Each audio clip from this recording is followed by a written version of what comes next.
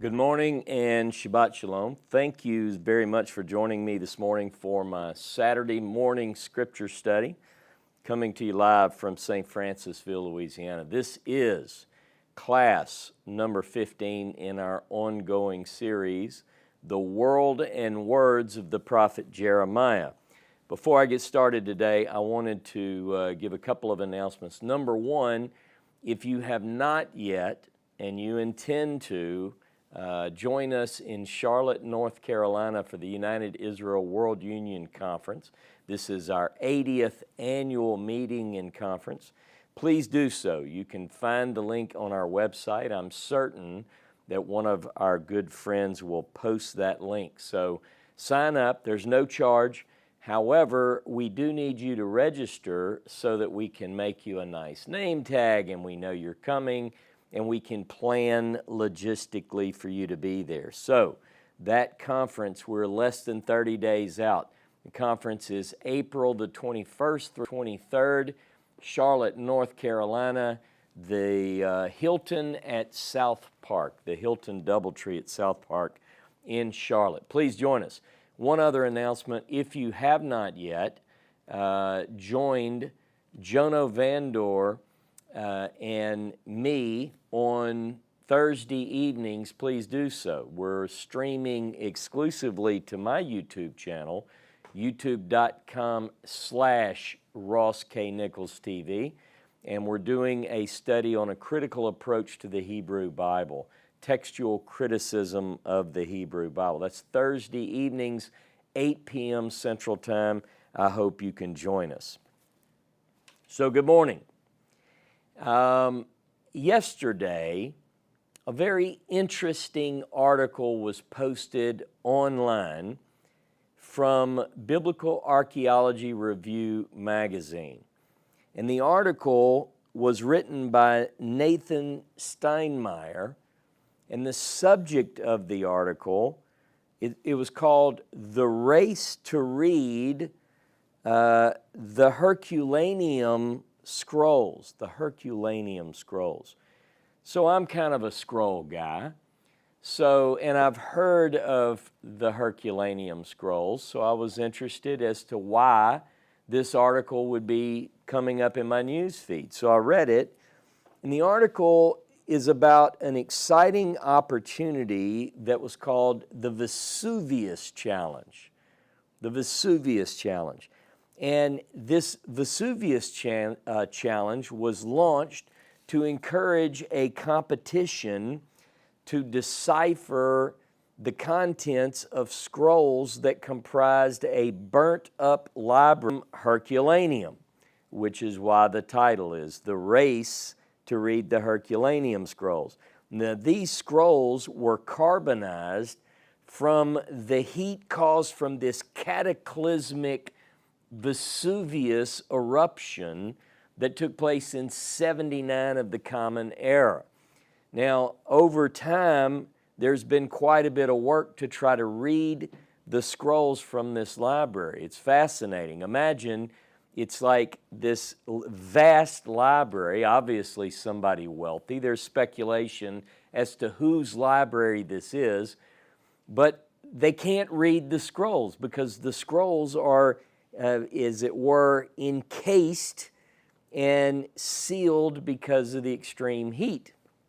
So the Vesuvius Challenge is a competition that's backed by two Silicon Valley multi-millionaires, billionaires, people with money.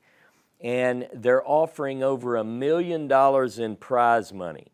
Now, I'm not telling you this because I think that we collectively could jump on this project, though if I could and I had time, I'd probably take a crack at it.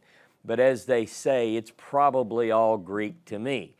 Those scrolls are a little bit late in my taste, and the subject matter so far has not really piqued my interest. But the idea of burnt, charred scrolls which need to be read caught my attention. So more than $1 million in prize money. One of the prizes, the grand prize, is $700,000 for the first team that can read 4 consecutive, at least 4 separate passages of continuous and plausible text from the scrolls. Now, they've got the technology to pull this off, and the backers are even providing some of the technology for teams that want to take a crack at this.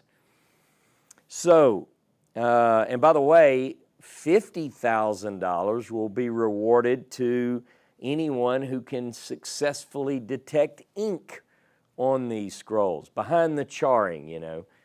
Now, after 3.5 centuries, less than 1/3 of this library has been unrolled because of the condition of the scrolls. When they try to unroll them, even with special care, special equipment and techniques, it's just not very likely that they're going to be able to unroll them. So they're using other means to read through the charring and determine what it is that these scrolls contain. And we believe, based on the part of the scroll have been successfully read in all or in part, mainly in part, most of this is Stoic philosophy.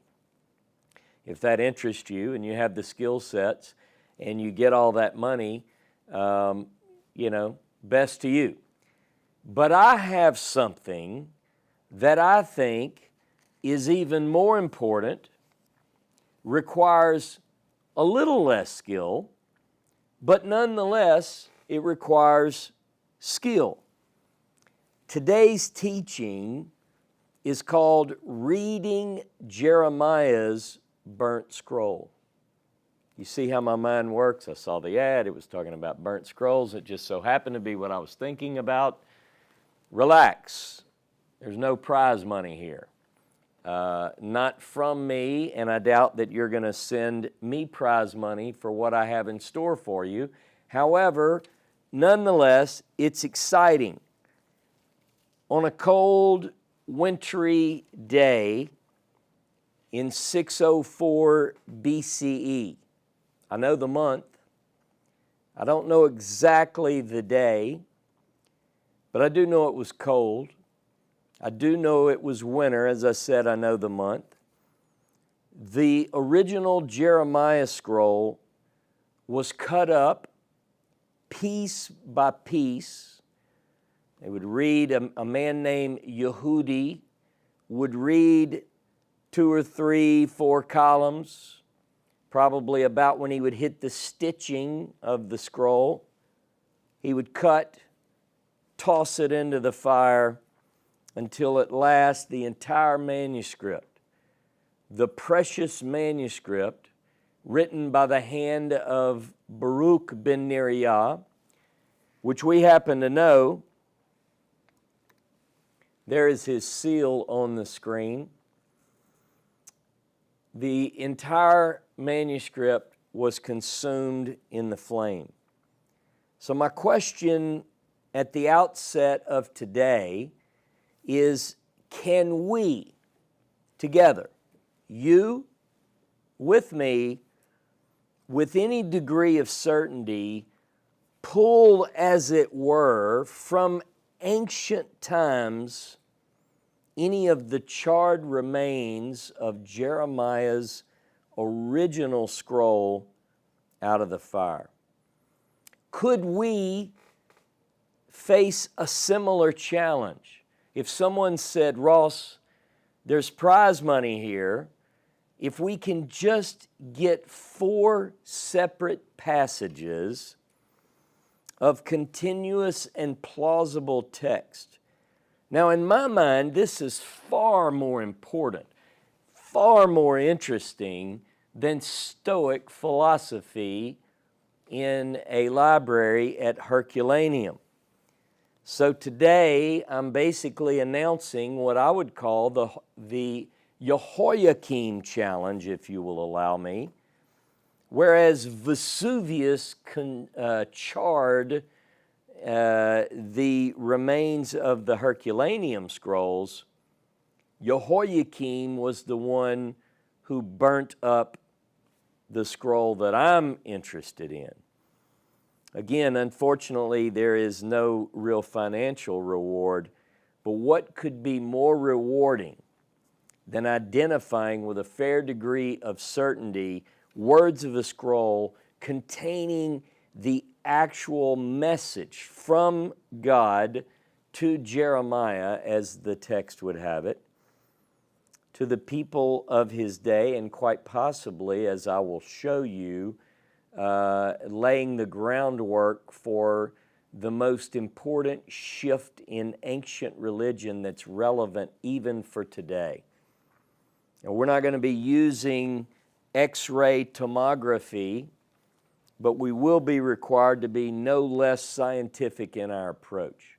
And what I mean by that is we'll use scientific method. We will allow the text to speak for itself. We will look into the Bible as far as what does it say? What does the book of Jeremiah tell us about this scroll? Do we have other historical sources which we can lean on to discern, quite possibly, the message of the original scroll? Now, you might be thinking, well, we have the book of Jeremiah, and therefore we don't need this exercise because unlike the Herculaneum scrolls, the book of Jeremiah is an accurate reflection of what Jeremiah actually wrote. Well, we shall see if that is the case. So if you're ready, I want to begin. In 605 BCE, God spoke to Jeremiah according to the book of Jeremiah. Go with me this morning to the book of Jeremiah chapter 36. Jeremiah chapter 36.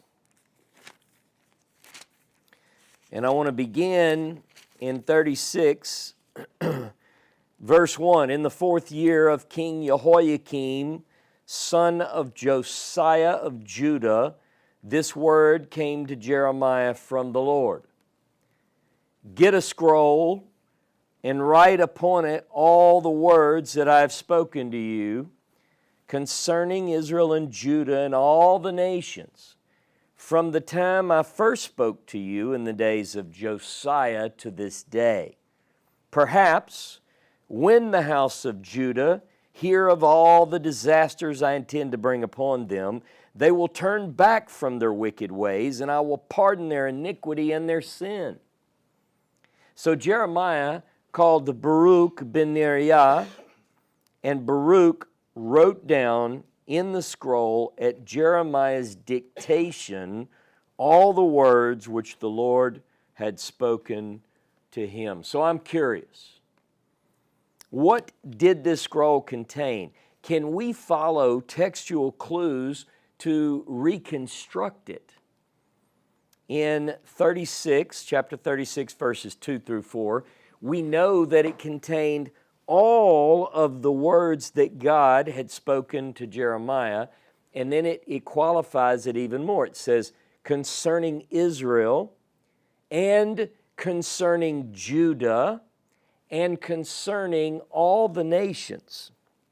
So the words that God spoke to Jeremiah, which ultimately, through the pen of Baruch, will end up on this scroll, we're already beginning to get clues. This scroll contained messages, follow me, from God to Jeremiah, from Jeremiah to Baruch, from Baruch's hand to the scroll concerning Israel, Judah, and all the nations. But this is qualified even further.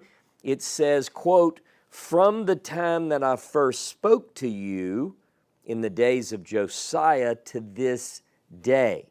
Okay, so now we know that the contents of, let's call this the original Jeremiah, is covering a period from 627 BCE until 605 BCE. In other words, from the 13th year of Josiah until the 4th year of Jehoiakim.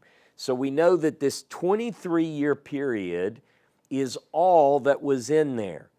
You understand what I'm saying? It's from the time God first spoke to him. We know, we have a date for that, 13th year of Josiah's reign. We know it from several places. Jeremiah is very consistent to report that. Now remember, the Moses scroll is discovered in the 18th year of Josiah's reign. Josiah reigns for 31 years. So what that means is this original book of Jeremiah would contain prophetic words, according to the text here, prophetic words that came from God to Jeremiah, that passed from Jeremiah to Baruch, that made it into the book. 19 years worth of messages. We don't know how many there were yet. We're on a hunt. But 19 years of Josiah's reign where there's an overlap between Josiah's 13th year to the 31st year, 19 years, and Jeremiah's prophetic career. Now, it did not, hear me, the original book of Jeremiah contained absolutely nothing after that, right? From the 4th year, when this mission comes to write down the words that God spoke to him, everything after that was not in the original. And how do I know that? Because that's what we're doing, is following textual clues. So anything related to the events from the 4th year of Jehoiakim, which is an 11-year reign, by the way. So the 7 years of Jehoiakim, which follow the writing of the scroll, that's not in this scroll.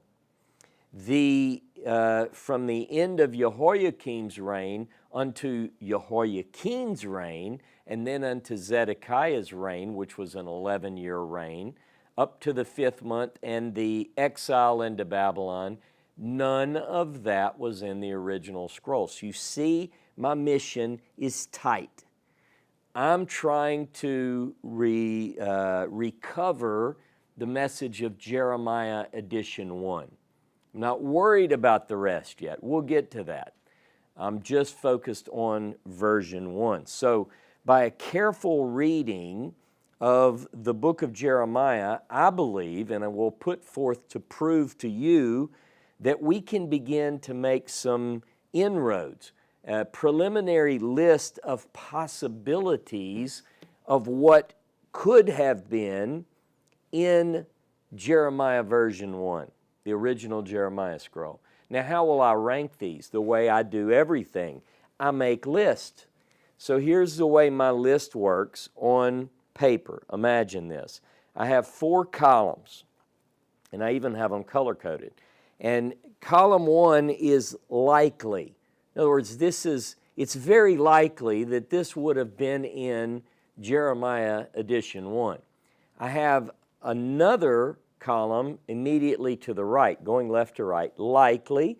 Then I have possible. And then I have column 3 that is not likely.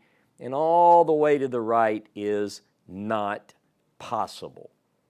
Now you say, well, how do you know what is not possible? Because we're following textual clues. So events occurring in the 23-year period between 627 BCE and 605 BCE, those are going to be, in my initial list, either in a likely or a possible category. Why? Because they're not excluded by being outside of the window of possibility. Now, of course, anything that occurs after 605 BCE and beyond, I'm not questioning the divine inspiration. I'm just telling you that was not in Jeremiah version 1. So hopefully that makes sense. So it's really fairly simple in that sense to begin to develop through textual clues what is contained in Jeremiah's original book. We use words and phrases and chronological clues as well, particularly when we have a name. So for instance, if I'm reading along in our current book of Jeremiah, which is my main searching document, I'm peering through a charred document looking for clues as to what it said before it was sealed at a later point. All right, so follow me on the quest. But if I see a king, if it says in the days of King Zedekiah, it was not in the original. you see. Zedekiah is later.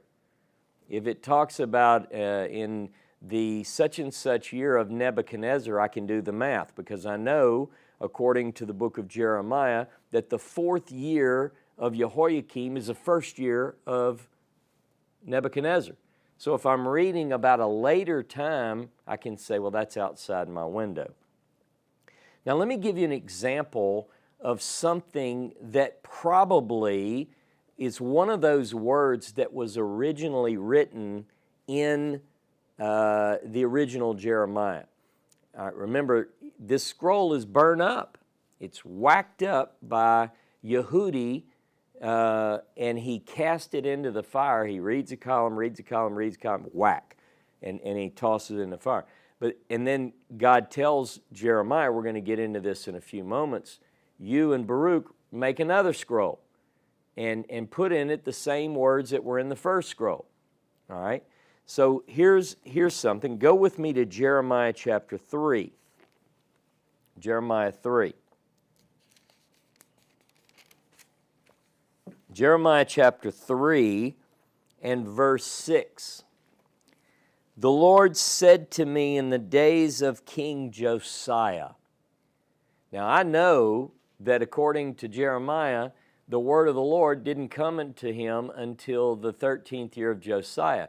So if he's reporting a word of the Lord in the days of Josiah, put a check mark by that.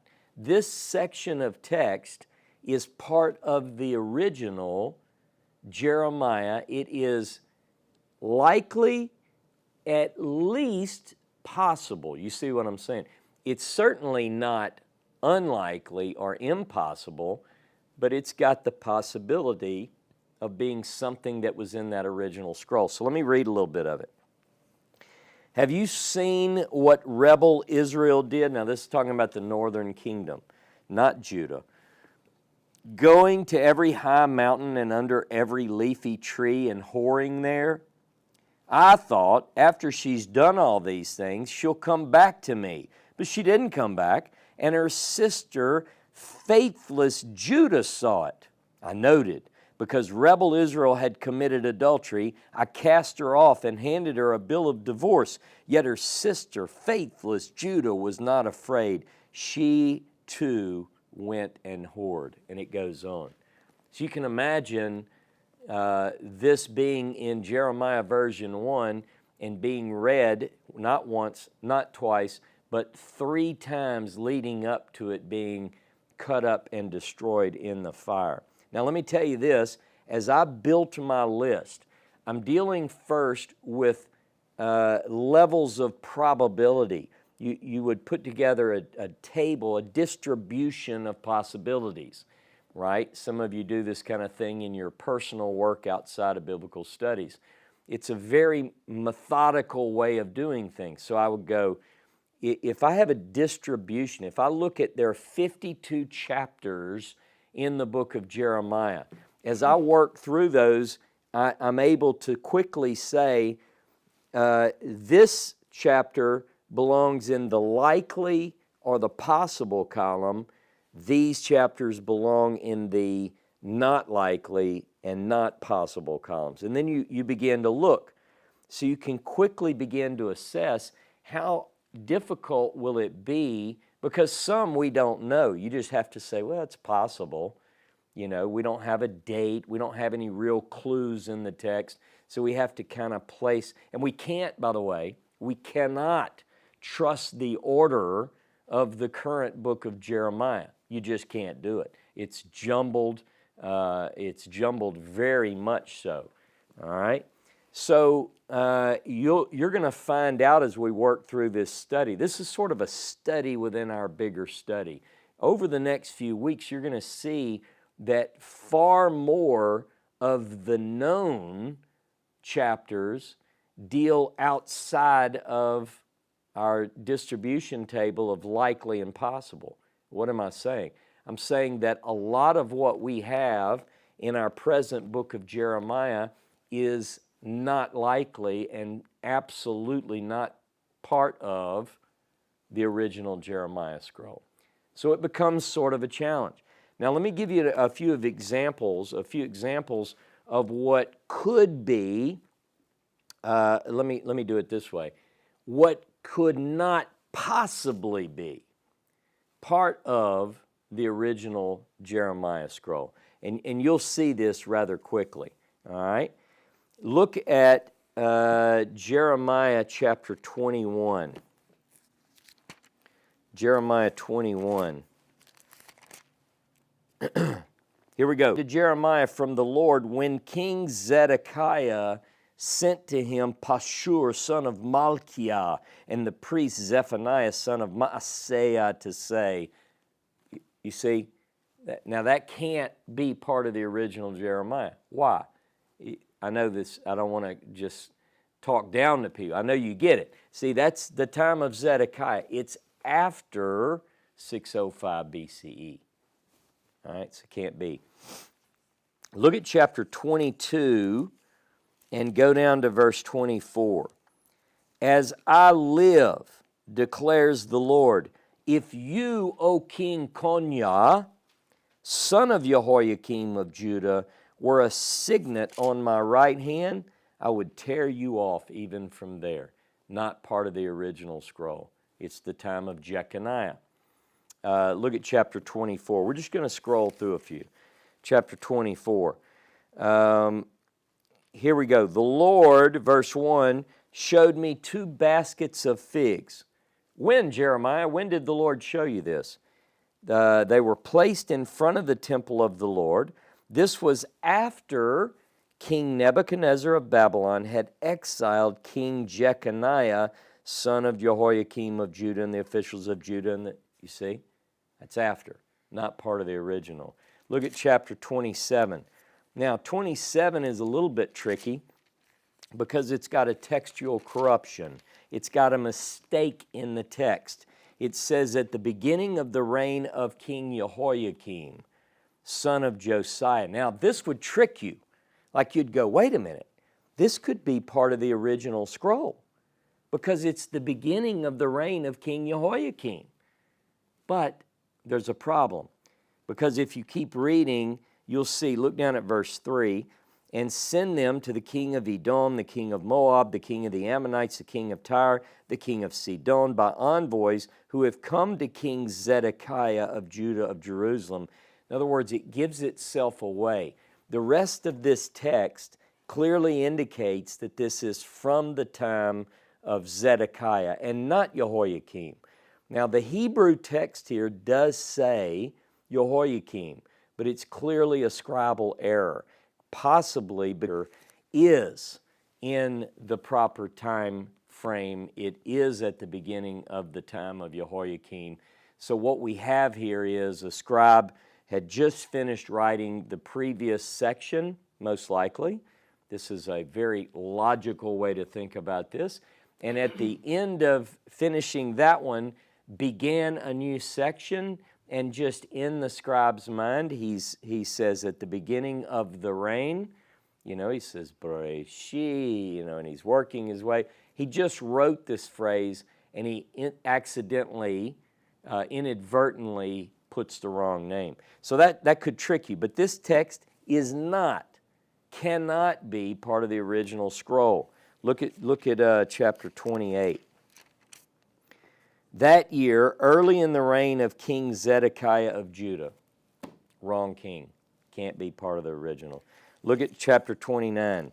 This is the text of a letter which the prophet Jeremiah sent from Jerusalem to the priest, the prophets, the rest of the elders of the exile community, and to all the people whom Nebuchadnezzar had exiled from Jerusalem to Babylon, after King Jeconiah, the queen mother, Jeconiah. Too late. Sorry, not part of it. Now notice I'm skipping. You're going to wonder why. Some of you think you know already. Chapter 32. The word which came to Jeremiah from the Lord in the 10th year of King Zedekiah of Judah, which was the 18th year of Nebuchadnezzar. So this is way late. This can't possibly be. Not only is it the wrong king, but this is almost at the end. Again, the chapters none of these are in order. Now, it wasn't done in some mystical, magical way. It wasn't, there's not some design, a divine design here that put them out of order. This is just a corruption. And the reason I know that for sure, it's not like it's to hide it from some bad sources or whatever. It ultimately, it's just not in the right order, and it's clear, it's easy to figure out because I just read. It's the 10th year of King Zedekiah. A person with any time and industry could put these in order. You know, you go, well, that goes late. That chapter 32 ought to be almost at the very end of the book. Someone wrote me and said, are you going to do this? It's on the list. How's that? Hopefully I live to be 120 and I can get to that. Look at chapter 34. Notice I'm skipping 33. 34.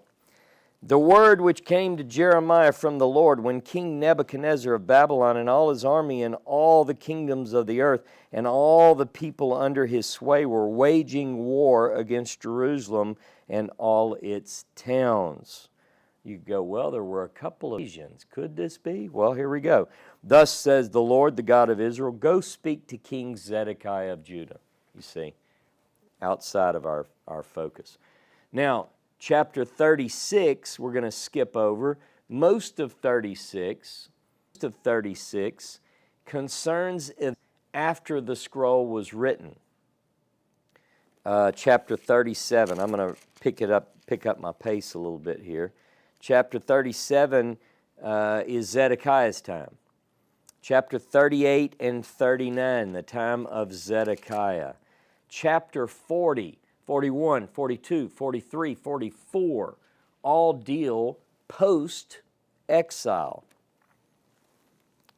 Now, according to my initial list, my first pass through, I'm looking for what can I, with a reasonable degree of certainty, put in the likely or possible columns, and what chapters or sections of chapters would I put in the not likely, not possible columns. 18 of 52 chapters, you do the math, 18 of 52 are clearly not part of the original scroll. Okay? Now, the writing and the composition of Jeremiah's original scroll. Look with me at chapter 36. We're going to look at what do we know. You know, we begin with what we know. We may have to speculate some, but I don't like to do that until I get everything nailed down that I know with a high degree of, before I get into any kind of, speculation. So look at 36, Jeremiah 36, verse 4. So Jeremiah called Baruch ben Neriah, the son of Neriah, and Baruch wrote down in the scroll at Jeremiah's dictation all the words which the Lord had spoken to him. So we want to know what we know. What we know from the